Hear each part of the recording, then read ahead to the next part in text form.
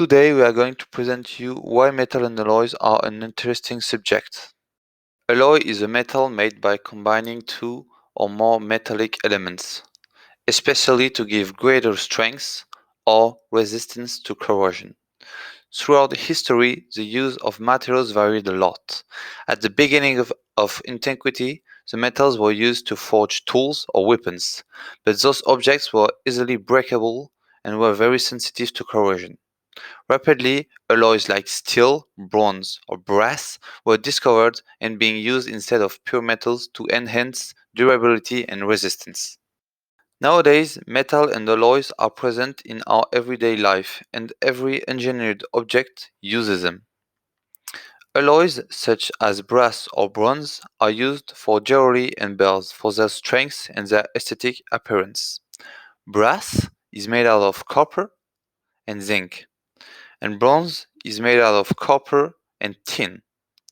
Other alloys, such as steel, have infinite implications and are used in a very large spectrum of industries. Steel is made out of iron and carbon. It is mainly composed of iron and up to 0.76% of carbon. The mechanical properties of pure metals are not viable for numerous applications, so we need to design alloys to get the best materials for a specific application. The mechanical enhanced properties of alloys comes from the lattice structures, which is really different from a pure metal, as you can see in the pictures. The fact that atoms along a plane do not have the same size introduces deformation within the structure, which makes it harder for the planes to slip. At a macroscopic scale, this induces the fact that it requires a bigger mechanical stress to obtain the same deformation as it would take for pure metal. Alloys also have a great resistibility to cracks, since they don't travel as easily as in a pure metal. To track the different existing alloys, we use phase diagrams such as the one which is shown here.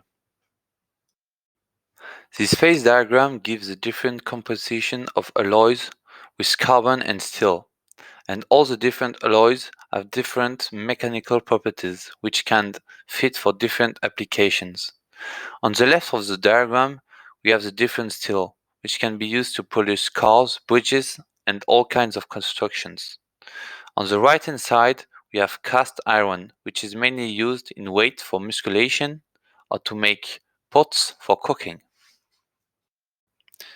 In the different courses, we will teach you how the microstructures of an alloy and the compositions has impact on its mechanical properties.